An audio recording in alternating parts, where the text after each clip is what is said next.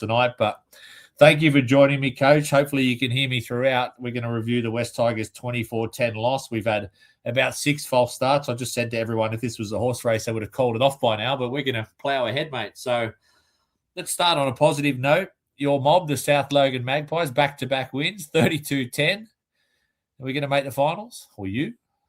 Mate, I think we're a big chance. Yeah, it was a good performance today. Actually, probably one of our most complete performances, but I actually ended up a bit fired up today. There was an ugly moment in the game where one of the Redcliffe players, as Billy Walters was standing in the tackle, just dived at his knee, and it was pretty ugly. And I fired up, which I can do, you know. How's your mate Milford, by the way, the West Tigers hater? Is he still running the show and controlling the team? He is. He's sledging me still, but that's okay. We'll be right. Okay, mate. Well, I'm not sure if you caught the previous podcast clause out, but I don't know about you, but it's getting pretty hot where I am. The boys were very fired up. I'm the bad cop. Apparently, I was the one defending the club for most of it until I had a little crack at Jerome, which I'm sure you'll get a chance to have your right of reply. Hey, one thing you learn in life is don't F with the Basharas. They'll come for you. You're only Rob's the nice one. You got to go to before you meet Andrew and Mark, and then you'll know what's coming. Fair enough, Coach. Well, let's just touch on first. NRLW kicked off today. You did send me a text saying the West Tigers might be a chance to cause an upset, and they sure did. Big win over the Eels. Yeah, it was an impressive performance, and most importantly for them, what we got to see today is Dalian medal winner Racine McGregor is back, and she was at her absolute best. I mean, I openly say probably Jessie Southwell, Tara Nakin, and then I think Racine. They're the top 3 halves in the game. I think Racine sort of gets overlooked quite a bit, but yeah, if you can get that of her and Lasana Lutu in the type of form those two can potentially have, that team can roll off the back of it, which is what I said to Kelly early in the week. And you just need everybody around them to work well. So, yeah, it's a great start to the year and really happy for the girls, to be honest. Outstanding win. Well, Coach, you did say 2 weeks ago when you copped a little bit of flack from Rob and potentially some of our fans, you said our season was over. And that was when we lost to the Dolphins with upcoming games against Newcastle and the Dragons. You're usually a beacon of hope and positivity, but I guess my question is, having watched us slump to another 2 losses, what did you see a couple of weeks ago that made you think that? Well, the first thing I did is I looked at our personnel. I mean, I said early in the year, I think before the season started, that blokes like Patrick Herbert, Jock Madden, Bunty Afoa, we're going to need to rely on those guys. We weren't going to look to rely on our younger blokes to sort of do the job when we needed that little bit of depth. And when I sort of started to assess what was going to look like later on in the year or the next couple of weeks, I just knew we just don't have the crop to do it.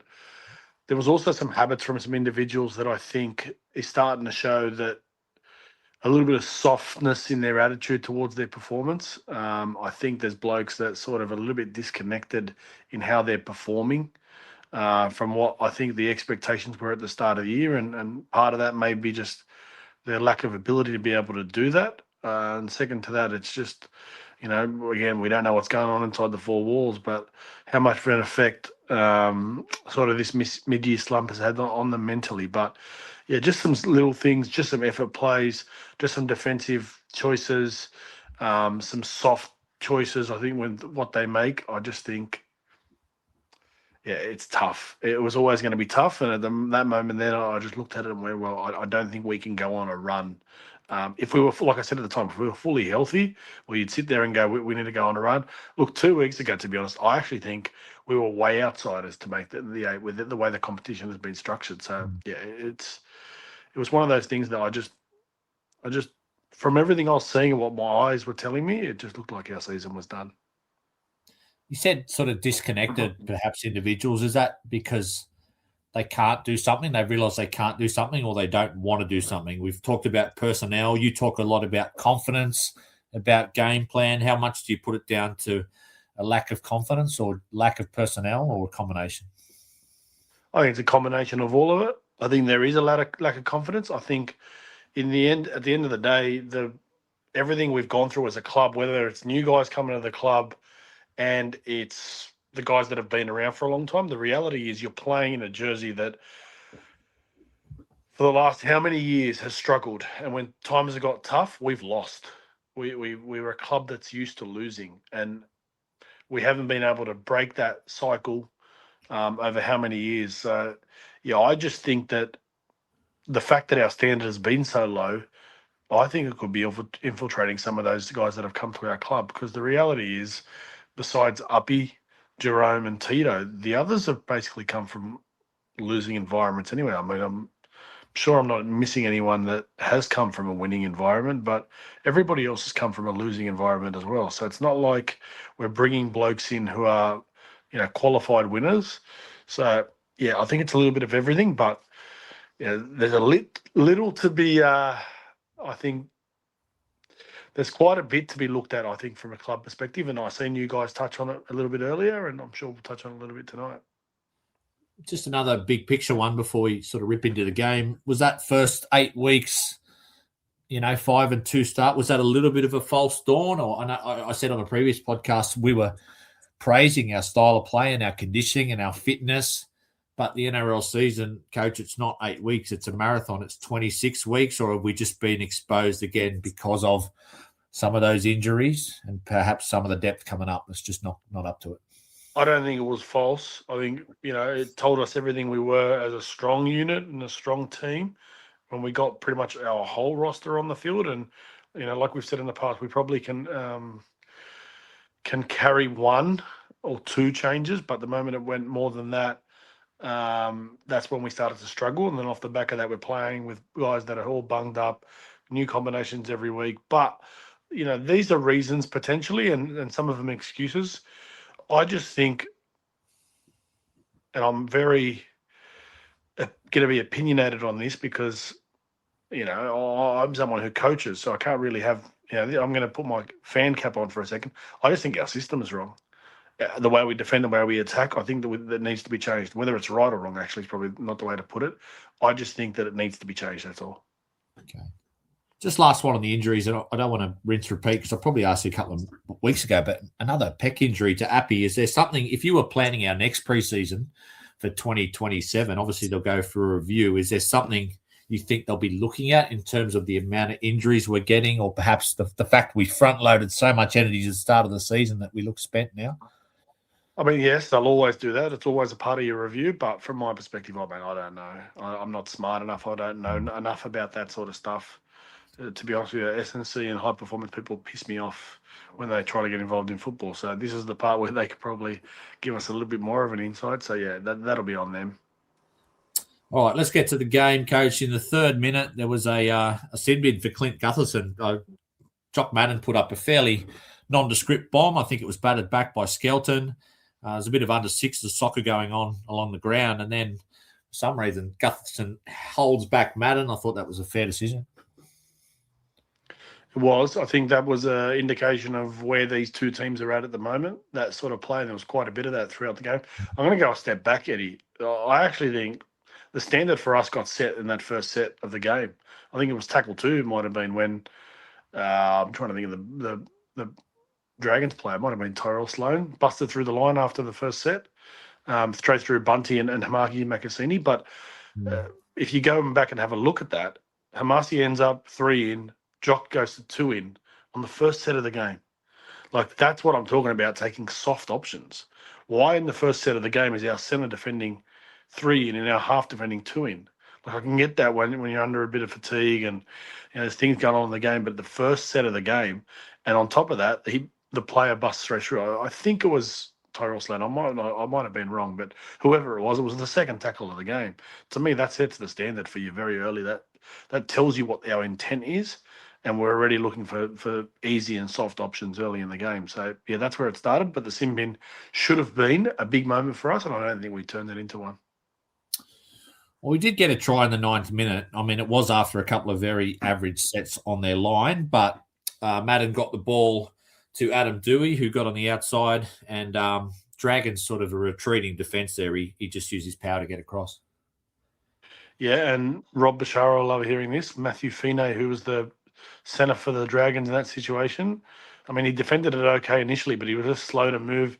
And then Adam's a really big body, and he scores. We see him score those tries quite a bit, but it was basic generic shape on the back of a slow play the ball in the middle of the field. We didn't really have anything stacked to that side.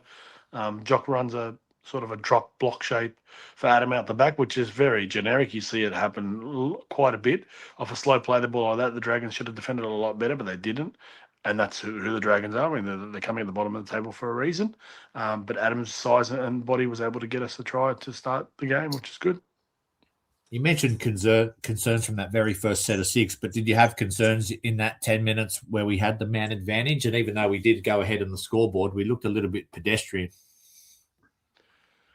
Yeah, I mean, it's a catch-22 for us because we know that when Adam is playing, we've got to pick the style of football we want to play. And we just got to understand this. If Adam is playing in our halves, what it means is we're going to have a dynamic ball runner, a threat to the defensive line when he carries the football, but it probably means our shape inside the 20 is not going to be great. So we can't pick and choose. Okay, so that's going to be the hard part. You put Jock in there. I mean, Jock has no threat to his running game. He can square teams up a little bit. And he sort of, I guess, can manage the game a little bit. The only way our attack's going to be really good is if we play Latu in the halves. But, you can't take Latu. You can't put Latu in there, unfortunately, at the moment, because Adam and Jerome are realistically our best two players all round. And that's the thing you've got to take into consideration from that. So we just got to understand that probably our good ball shape isn't going to be great. And a little bit of it, and I'm going to be a little bit critical here because I know people accuse me of not being critical of our coaches. I think our system around our attack needs to be a little bit more Benji Marshall influence, let's say. Well, let's go there because Rob did ask me to ask you, and I certainly don't want to upset Rob any more this weekend than I already have. But on those block shapes, is the man out the back? He said he's far too deep all the time. Yeah, it's conservative the way we're doing it. We're doing it in a situation where we're getting played deep out the back. I mean, the good teams catch the ball more at a 45-degree angle towards the opponent's line, whereas we're catching the ball almost going sideways. Now, the interesting thing about that is I don't know whether that's intentional. I don't know whether that's how it's coached because the way Benji talks about it, it sounds like that's not what he wants. That's not how they've been training. That's not what their intention is. Now, when Jerome does it, he catches the ball on the back of a tail shape and he's a little bit more direct. So, yeah, it could just be the individuals. They just could be still learning how to do it properly.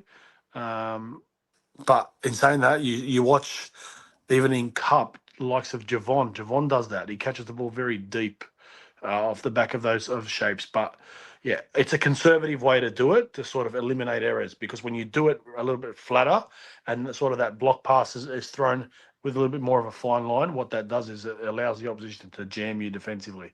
So the way to take that away is by playing a little bit deeper. So yeah, it's hard. Probably a difficult one for you to comment on, but there were some strong comments by the boys last podcast about jobs for the boys, and even I think Gary said people that are not qualified to be assistant coaches. I assume it's Brett Hodgson in charge of our attack at the moment. Would that be right, the way the structure's set up with John Morris in charge of defence? Yeah, I'm led to believe that's the way it's structured, yeah. Okay, and do you have any opinion around assistant coaches, or should Benji be in charge of that, or is it just something that you review at the end of each year and it's Benji's decision or the club's decision whether they need potentially a change there, or you keep going with the direction they're going? Well, it's hard. Now, I know enough to know that one of the things Benji wanted to do when he started as a head coach is he wanted to have people around him who trust. Now, rugby league is a snake game. It's a game where people, bite people behind the back so much. So I can understand a rookie coach coming into that job, making sure all the people around him are people that he trusts. Because our club, I guess, is in that situation where it's so sensitive to everybody because of how much bad success we've had and obviously some of the troubles that we've had off the field. So it's a very sensitive topic, I think, in regards to that. But if I'm someone in Benji's team or in Benji's side and Benji's advisors right now, I'm saying that the way things are looking, and this is now 2 years of pretty much the same guys that he's got going. You've probably got to give those guys a bit of a hug this year, and depending on how the year goes and how you review it, and just say we need something different. And that's just perspective, and it's not anything to criticise those guys. They'll probably have a job somewhere else and be able to add something else. I mean, it's no shame as well. I mean, we see assistant coaches all the time moving on from clubs to other clubs. I think the Knights at the moment are having one of their better years. Brett White came from the Gold Coast Titans, who are horrendous, have been horrendous, and the Knights have improved defensively this year. And my mate Stephen Hales from Manly, who haven't been great over the last couple of years, is now their attack coach, and they're going fantastic. So it's just one of those things that potentially you just need a new set of voices around you. The other thing is being a coach. One of the things I've always thought about when you're being a coach is I think you got to have guys who are going to challenge you. Now, not to say that John Morris and Brett Hodgson and Hino don't challenge Benji, but it's one of those things you look at from the outside and go, well, do they actually challenge him? Is there robust conversations? Does it get a little bit argy-bargy in regards to decision making? And that's really important, I think, from a coach perspective. You have those people next to you that, one, you got to have their trust, but you got to know that they're going to be there to push you along the way as well. So tough situation, but that's something they'll assess at the end of the year. And at the end of the day, that's Benji's decision to make. And the truth is, he needs to know that he needs to make that decision for himself, because he might be signed to 2030, but nobody's job in rugby league is ever safe, isn't it? No, it's not. Dragons back to the game in the 15th minute. Coach, they got 13 men on the field again, and they stripped us a couple of times, them going left, and they nearly scored with Terrell Sloan going in the corner. But it was actually a desperate tackle from Taruva, which forced his feet into touch. It was actually good defence from us, to be honest. They executed it brilliantly, so you got to tip your hat to them. But the way we defended it actually was really good. Good pressure. Everyone stuck to the system, and then Tito does a good job to double defend on that. And what you got to trust is that he's going to be able to make the effort to put Sloan into touch, which he did. So it's one of those ones where they got us for numbers that they executed. We forced them to execute the skill at a high level, and they nailed it. I'm pretty sure it was Gutho that tips the ball on. And then Tito does a good job, and that's what Tito does. Tito doesn't take a play off. He doubled up on defence and made the tackle in the corner and stopped the try. So, yeah, really good. My eyes are struggling. 21st minute, the Dragons do level the scores. It was a Flanagan chip bomb, which got batted back. They actually go right, and then there's two speculators, I suppose you could call. One from Atkinson was actually a good pass, and then another long pass, which hits the deck and bounces up, and they strip us of numbers there, and Sloan goes in the wing. Yeah, that's a disappointing try, because I think we defended the kick well. I think we did a good job to sort of make sure our pressure was good in regards to when they tried to shift the ball again. It's almost one of those ones where you sit there and you say to the boys, you know what, I love the fact that we applied ourselves. We tried to put a bit of pressure, but the way you'll probably have to look at it at the end there is we probably panicked when they shifted the ball back to the other side. Tito sort of jammed trying to solve the play in one on his own, and we did that a lot as a group or individually on the weekend. But yeah, I think you're there. You just got to not panic, keep your line connected. When they try to shift the ball, whilst the ball's in the air, take that time to move, keep shifting your line, stay connected, stay square. All the things that you're taught. But we're in a situation at the moment, I think, that guys are trying to solve things on their own, and that sort of stuff can happen when things are going wrong. And yeah, they ended up with a pretty soft try in the corner, didn't they? Okay, well, it could have been a soft try in the 28th minute. It was given a try on the field, but a fairly clear obstruction. I think it was a short ball from Gutho onto Valentine Holmes. They probably would have scored if they didn't run the obstruction, but they got it wrong. The St George attack. Yeah, the interesting thing about the way that's interpreted is if Valentine Holmes keeps running to the outside and tips the wing and they score, they would have said that it's a try. But it's the fact that he stepped back into sort of kind of that inside shoulder of the two-man, which meant he was back in that space. He cleared no try once that happened. Jacob Little draws a penalty right on half-time to get the Dragons 6-4 up. What did you make of that first half? From a neutral point of view, I guess you'd say you could see it was two sides playing without confidence. Yeah, it was a low game of football. I've read all the comments around our attack. I can't disagree, to be honest. I think we're playing a conservative style of football, and I think Benji's sticking to his guns, which I can understand as a coach as well. Like, if you're still thinking big picture, and you're not worried about the now, which I think some coaches have in the past. You can go against your guns, but yeah, we're just not playing any sort of confident football at the moment. We're not sort of throwing any haymakers. We're just sort of just jabbing away, trying to, win on points every single week, and it's not working for us at the moment. A couple of the boys said, I think it might have been Rob saying they played to win. We're playing not to lose a little bit. Is Benji maybe got the fact that he's there till 2030 and he knows his job's not on the line? Does he have that little bit of sort of mentality where he can say, right, we're just going to try and build this defensive side of the ball for this year or two, and maybe the attack is something we have to work on down the track? I don't think the comment of they played to win, we played not to lose is correct. I mean, you'll never know that. That's something you can never understand unless you actually hear the plans and whatnot. If Benji is not worried about his job security, well, it's a positive because you don't want to have that fear. But I think no matter what, everybody's worried about their job security because no, the game of rugby league, nobody will sit aside. I mean, if we lose our first 8 next year, for example, Benji ain't going to be in a job. He knows that. Madge is under pressure now. Yeah, exactly. So I don't think there's such thing as job security in the NRL. I think but sometimes people worry. I think sometimes the coaches that start worrying about their job security and worry about the now, not worry about the big picture, are the selfish ones. And if Benji's doing this in a way where he's not worried about his job and he's worried about making sure that in the long term we're going to be better because he thinks this is the type of football we need to play, well, it's unselfish from him. But I actually just don't think it's us. I don't think, I mean, you and I had a private conversation the other day. The biggest advice I've ever got as a coach was being told a team should be a reflection of you. And we were lucky to watch Benji play for a very, very long time. Were we that in the first 8 weeks, though? No, we weren't. We were, everything we are right now is what we were in the first 8 weeks. We haven't changed the way we play. The personnel we have, has changed. Now, there's also an argument potentially we've built a roster to play the style Benji wants us to play, which, again, that's for them to decide who you sign and how you play. But my opinion is you go after things, you attack things, and I presume that's what Benji would do. But it seems like he's thinking in big picture perspective.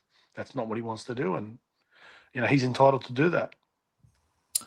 Second half, we retake the lead in the 48th minute, Coach. It's tackle 3. I think Madden shifts it left originally, and then AD goes back to the right.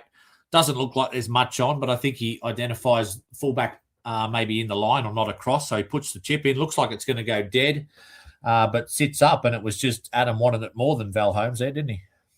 Yeah, that was just an effort play. I mean, you the sad thing about that is you go to video, you review that, and you sit there and go, good effort, Adam. That's literally as far as you go with it because he was within an inch of coming up with a bad play. But his effort sort of made up for almost probably a poor option in the initial part. But what we've seen from Adam is he's a competitor and he'll compete on every play. And I think he sort of wanted to make sure that didn't look as bad as it was. And because of that extra bit of effort, he actually got rewarded with a try. So, yeah, it's something that you take in certain games. And if you win that game, you look at that moment and you think what a play it would have been. But at the same time, it sort of raises our red flags in and around our attack as well, doesn't it? So, yeah, you give Adam the tick in regards to effort, but then you can also question the option as well. But try was scored. Just an interesting one, and I can't verify this, but it was a comment on Clause Out saying that there were only 1 or 2 players that congratulated Adam after the try. Now, that was possibly because no one really thought it was a try. I think Adam was the only one who believed he scored. But is that something that you look at in video? Because I remember, I think someone told a story of Madge coach teams at South. It was basically the last person into the huddle after a try got fined. So are they little things that you might look at and see, okay, we've just scored a try there and there's only 1 or 2 people getting around at him? No, I think we're looking too far into that. It looked like no try to the naked eye to everybody, so I'm presuming that's what they thought. But we're a team down on confidence at the moment, and confidence means all this stuff. Like I've seen all the stuff Steve was talking about before. That's what we do when when things aren't going right. You start to look for all the little things, and we're doing it as fans. Could you imagine the players? They're probably doing it as well, and It's tough. It's a hard one at the moment, but yeah, I wouldn't look too far into that. Just on our attack, deep dive sort of into it before we get to the last couple of tries for St George, but only 6 points against Newcastle, 10 points against the Dragons. The thing that sort of interested me, just looking at the stat sheet, is just the 3 offloads. Do you think that would have been a game plan going into it, or it's just the fact we're missing a couple of our back rowers that provide some of those offloads, or what is it? Well, I would be looking to offload more. I think the fact that we're missing KPP and Samuela, and this is the hard part about playing the system we play, right, with our block shapes. When you don't have, I'm not going to say good back rowers because the guys are playing first grade. When you don't have threatening back rowers, it's easy to defend block shapes because you sort of almost give the lead to one man. You don't pay as much attention to that person, especially a back rower on that edge, right? There's not so much a threat. So it makes things a little bit easier for you to defend. I definitely think. I mean, you look at a side like the Roosters, who I think there's a reason why they don't go as well as they have been lately, is because their attack is not built off block shapes. They're a lot of instinct, a lot of just moving the football skill, second phase play, and then trying to look for space, attack the space, or try to create numbers. And it's very old school how they play. But I think our attack at the moment is stuck between being conservative, making sure we're completing and making sure our completion rates are high, and actually trying to score tries. And yeah, it's hard because I coach a different way. So yeah, and the more and even like us, we're a Queensland Cup club team. We're nowhere near an NRL side, but the way we attack is we work so hard on our attack that we're coming at what we're now 8th on the ladder, but we're the number 1 attack team in the competition. So we sort of have focused on our defence, but it doesn't mean we take away from our attack at all. That's because of Milford, Coach. Milford, he's got you. I was going to say because of me, because I look after it. But mate, it's a tough one because it just doesn't resonate with me what I'm watching from the boys at the moment, because you would like to think we should do that a little bit better, but we're not. In Benji's press conference, he hinted that there was too much sideways shifting of the ball. Does he mean there's not enough players in motion when they are shifting sideways, or there's not enough decoy runners, or is he just saying we want you to go a little bit more direct? I think it's when the way I interpret it is what we were talking about before in regards to our sweep lines. It feels like we're catching the ball going sideways instead of catching the ball trying to attack the opposition. When you attack the ball on a block shape, if you're the person out the back catching the ball and you're catching it going sideways, or more at a acute angle to the ad line, well, then all of a sudden the extra defender on the inside that you've stripped, he can actually come and defend you. Whereas when you catch the ball sort of going at 45 degrees at the next attacker on the outside, what that means is that attacker becomes interested. So he has to make decisions whether to come in and out. So that's how I've perceived it. But again, like Benji's role in the press conference is not to explain to us everything to the nitty-gritty. It's to sort of, touch on a little bit, send some messages to the players. And it's a tough one. Like I said, it's hard for me because I'm sitting here looking at the way we're attacking, and I go, it doesn't resonate with how I thought we would play at the start of the year. And I believed in the system of them trying to really become a high completion rate, a kick the corners type team. But that's only a system that works if you've got a squad that can do it, and we're not a squad that can do that, unfortunately. Obviously, Jerome will be back next week. I hope he will be. But you got a couple of guys there in State Cup, and I assume you wouldn't have time, given you guys played today, to see Latu and Javon Andrews, but they'll get some raps today. We know the standard of New South Wales Cup. It's a big jump up to the NRL, but are they guys that could potentially, if a Jerome or Adam went down, that could elevate themselves ahead of Jock Madden at some point late in the year?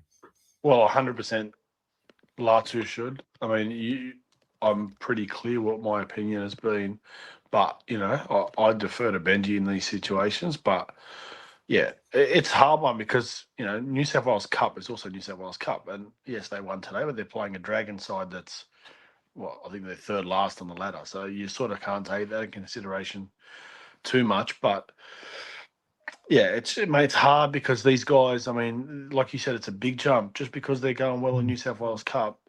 But if we keep losing, you've got to sort of look to other options. But let's let's be frank here. The guys that have made the move from New South Wales Cup to first grade, like even Lanyon, he's been okay.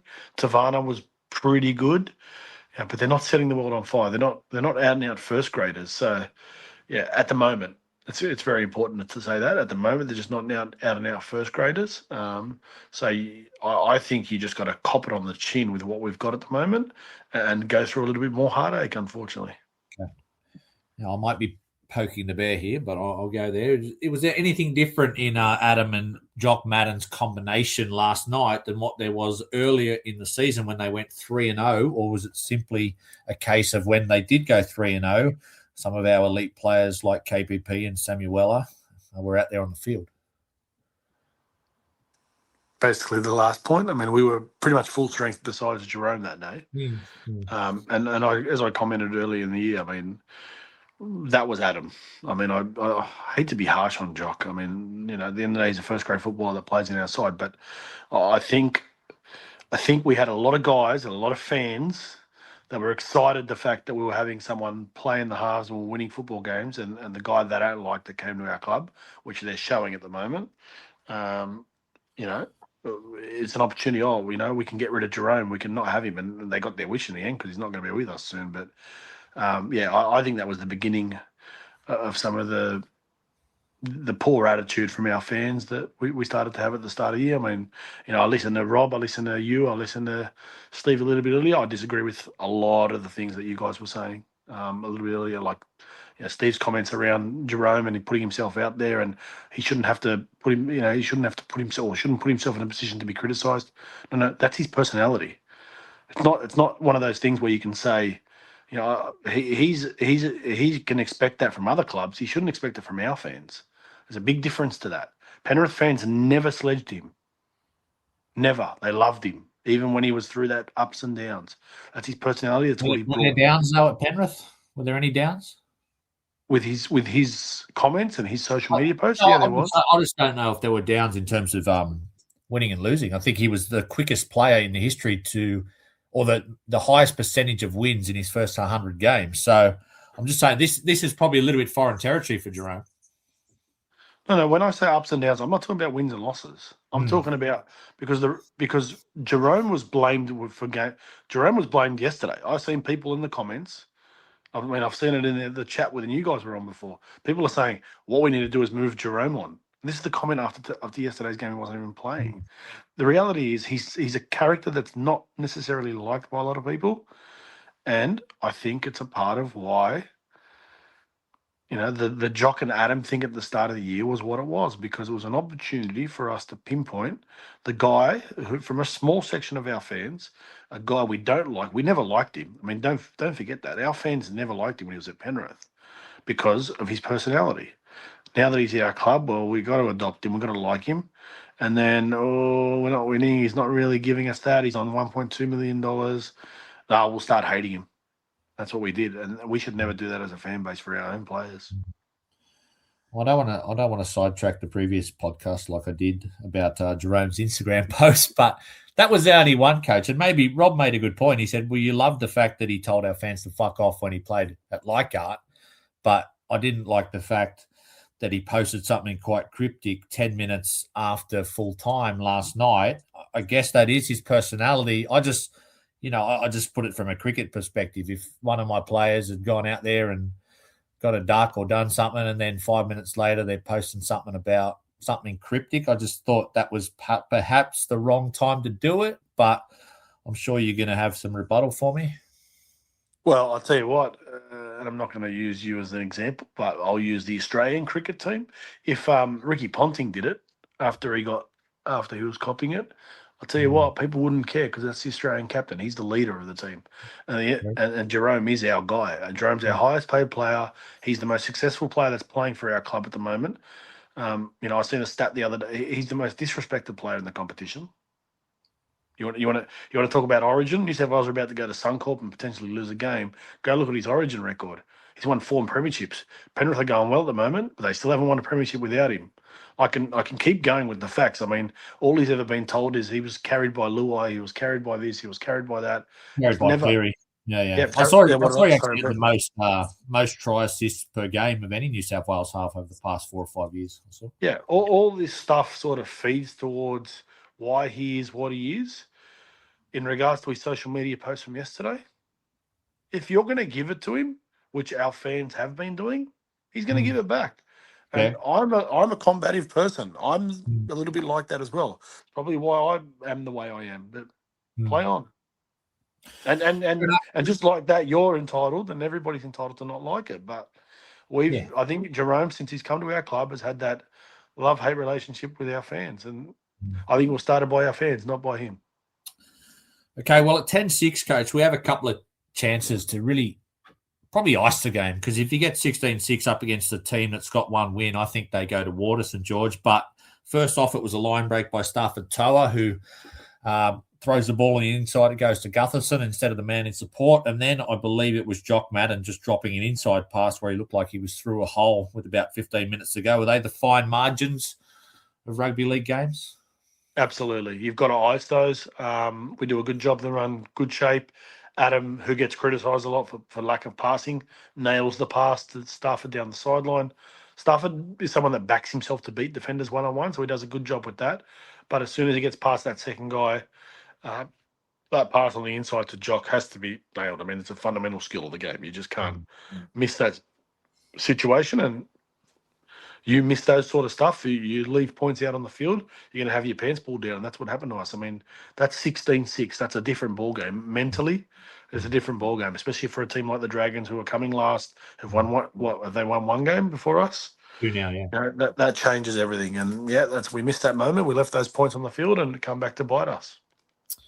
12 minutes to go. The Dragons go back in front. 15 metres out, they shift left. I don't know if a couple of our players on the right looked a bit all over the place defensively, but Valentine Holmes end up scoring in the corner. Yeah, that was another moment there. I think Adam, probably if he had his time back again, he tried to solve it on his own defensively. There was someone from the inside as well. I think a defender tried to come out of the line, forced them to play early, which looked like we're a bit disconnected. Look, the hard part is you don't want to criticise the players, because when someone's trying to solve something on their own, if we were better, you'd sort of sit there and say to them, you're disconnecting from our system. You're not doing the things we're following. But because we're so passive at the moment, someone trying to do something and be proactive, you sort of want to half encourage it because of the fact that we are a little bit passive. But yeah, in that moment, Adam shouldn't have come out of the line and try to solve it on his own in that situation. And it created the numbers on the outside, and they scored in the corner.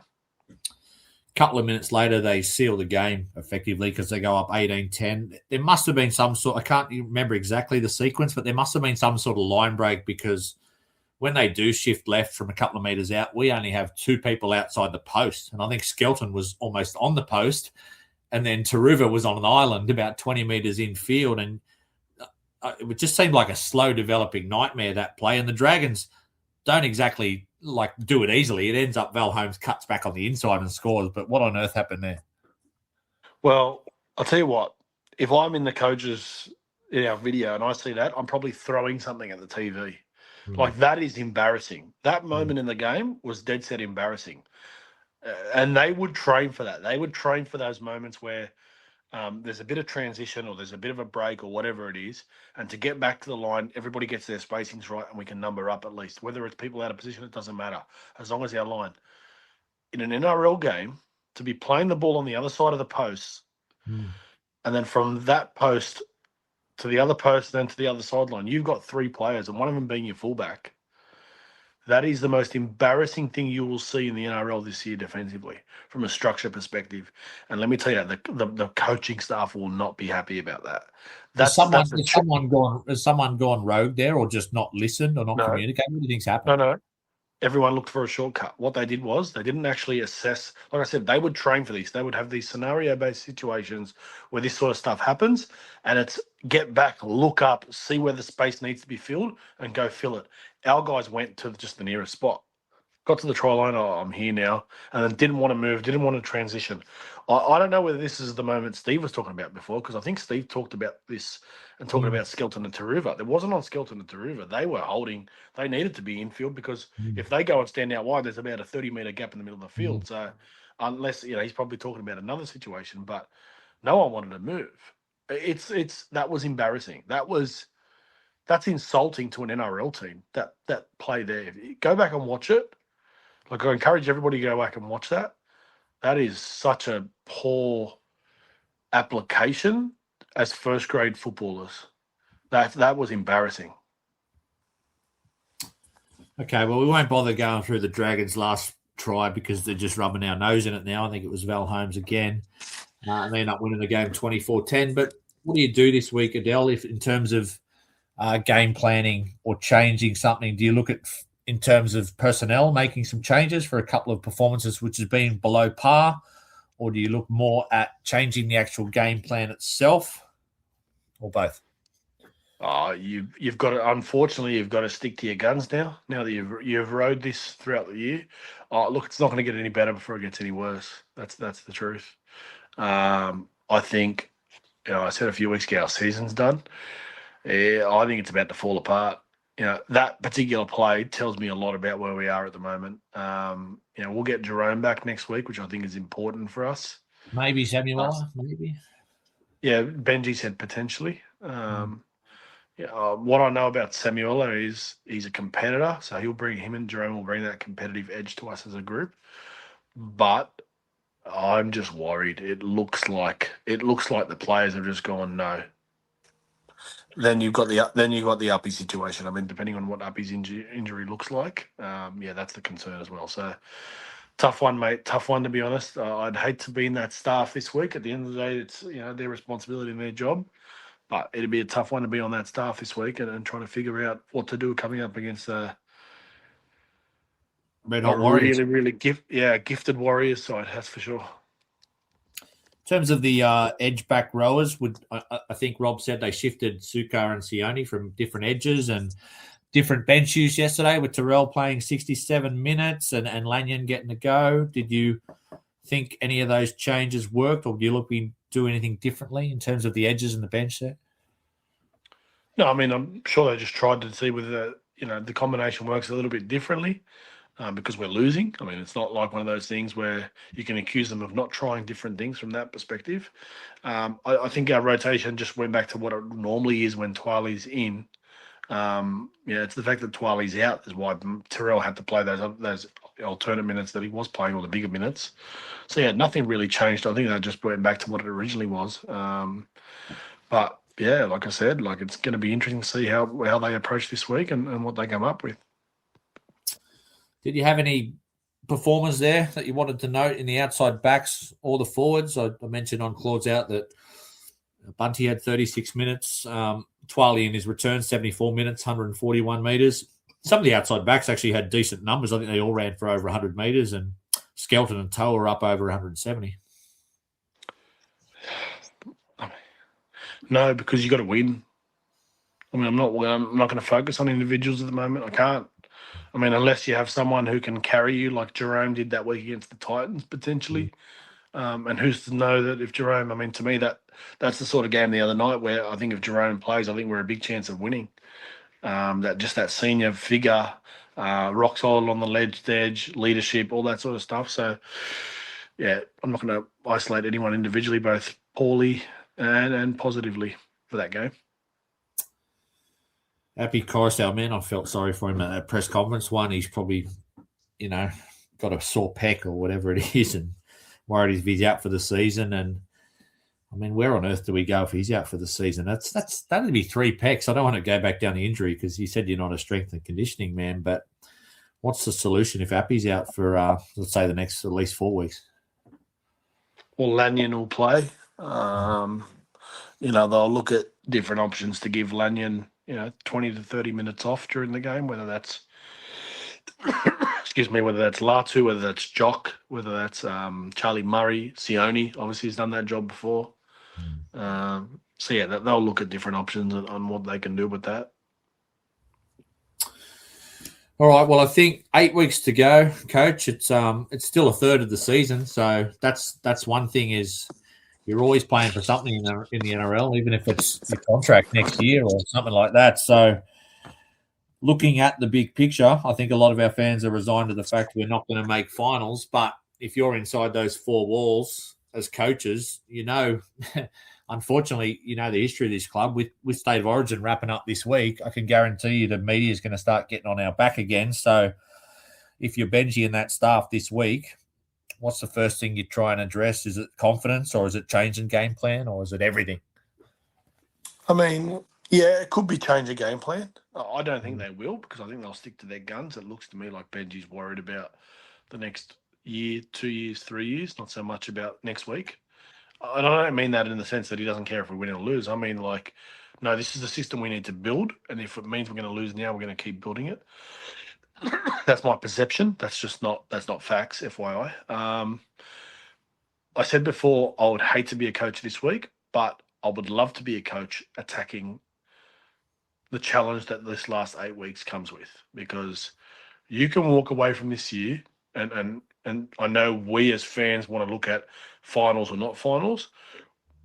I remember what the back end of last year looked like, so we can walk away from this year and walk away and go, well, we finished off the season strong. We had some good performances at the end of the year, and our defence was really strong once we got everybody else back. But yeah, that's going to be the challenge, and you don't shut it down. You don't shut any players down, because if I know someone like Jareem, who else is injured? All the guys that have sort of got bung shoulders, Adam, if they do get injured, well, they're going to do their surgery in the off season anyway. So you just, like Taylor Just said, on that though, like just on those two boys, because it's like a I don't know if shoulder surgery, I imagine, is 4 to 6 months turnaround. So do you look at it, like it's fairly unique start next year. They start in Vegas in late February. So if they get to the point where there's 5 weeks to go and they've only won one more game, surely you look at putting guys like Adam and Jareem away for the year. No, you don't, because we won't. I mean, if we don't play finals, we're out in end of August. So September, October, November, December. You got 4. It's about 3 or 4 months shoulder. Yeah. Yeah. Okay. So Okay. December they'll be good to go, and they'll be ready by Vegas. Senior players like that, you're fine with. The question mark for me is going to be, like, for example, Taylor. I mean, we know Taylor's gone into surgery at the moment. We're in July. The Rugby League World Cup's at the end of this year, and I'd say he'd be a red-hot chance of playing for Samoa. So the question becomes does he come back and play for Samoa at the World Cup? Which I don't think is a big deal, but I'm saying, like, from his perspective. But whereas guys like Buller, Dewey, that's going to be the question at the end of the year. Like, does Dewey delay his shoulder surgery to play if he's okay for the rest of this year? They may not decide to do surgery. If his shoulder strengthens up, they may say he's fine. But if they does need surgery, do they wait till after the World Cup, or do they do it before the World Cup? Which the truth is, that's a choice of the player, not the club, under the RLPA CBA. So that's going to be interesting. Someone just asked in the comments, are you allowed to go to Vegas, coach, or you'll be prepping a preseason, I assume? No, we'll be in the start of preseason, so unfortunately for me, there will be no Vegas.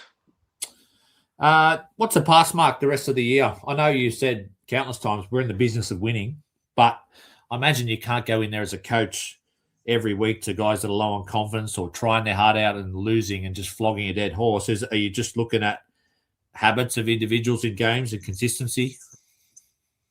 Yeah, I mean, if we're only talking about the last 8 weeks, I'd probably set ourselves a goal in regards to our defence, how many points we concede every week.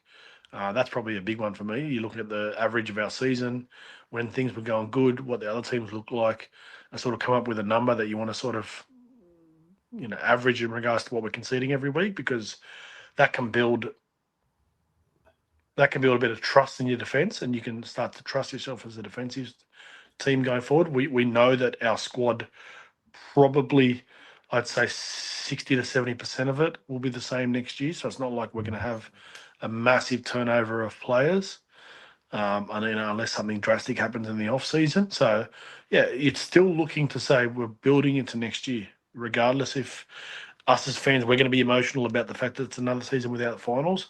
The coaches and the players can't afford to worry about that. They've got to keep doing their job. And yes, they've got to sit there and wait for next year to then start again and go again if that's what the plan is going to be. So, yeah, it's just continuing to build. There's no pass mark for this year. Unfortunately, pass was always the finals, and now that we're going to miss the finals, well, we're not going to pass this year. There's no pass mark, but what we can look at for the next 8 weeks is defensive orientated. Has to be, unfortunately. I know that doesn't that doesn't make people happy because we want to see us attack, and so do I. But yeah, you've still got to look to build for next year. Yeah, it's a emotional roller coaster for West Tigers fans. It's probably a tricky one for you to. I don't know if you can separate the two from being a coach, and being just a fan of the club. Do you, as just a fan of the club, do you get just completely demoralised, or you remain quite pragmatic about the fact it's going to be another year about finals, or you get angry, or you're like me and you fluctuate between all those emotions in the space of 5 minutes? No, I don't get angry anymore. I wish I did. And it's not that I don't care as much anymore. It's, I think, evolving as a person and as a coach allows you to control those emotions a little bit better. I mean, when I'm coaching, my emotions are more around calmness when we're going bad and sort of intensity when we're going good. So I've learned to, to work with that and keep that in check. But I mean, for me, it's also the club burn a little bit of me as well. So I'm a little bit still. I've got a little bit of scars there as well. So yeah. Well, Coach, it's been I hope it's been a little bit therapy for you. It's been 2.5 hours for me, and I don't know if some of the other boys are still talking to me, but I'm sure we'll front up again on Tuesday. Some of us. Yeah, Rob Bashara was in fine form. The Red Room. How good's the Red Room? Mate, I love the Red Room. I've never been there. I want to go there. Have you been to the Red Room? I have been to the Red Room before, actually. Apparently, it's like the bunker. There's about 47 screens you can watch in there. Yeah, there's 47 screens. There's a pole that's right in the middle of it. I don't know what that's for, but anyways. All right, Coach. Thanks for joining us. We'll see you next week. Thanks, mate.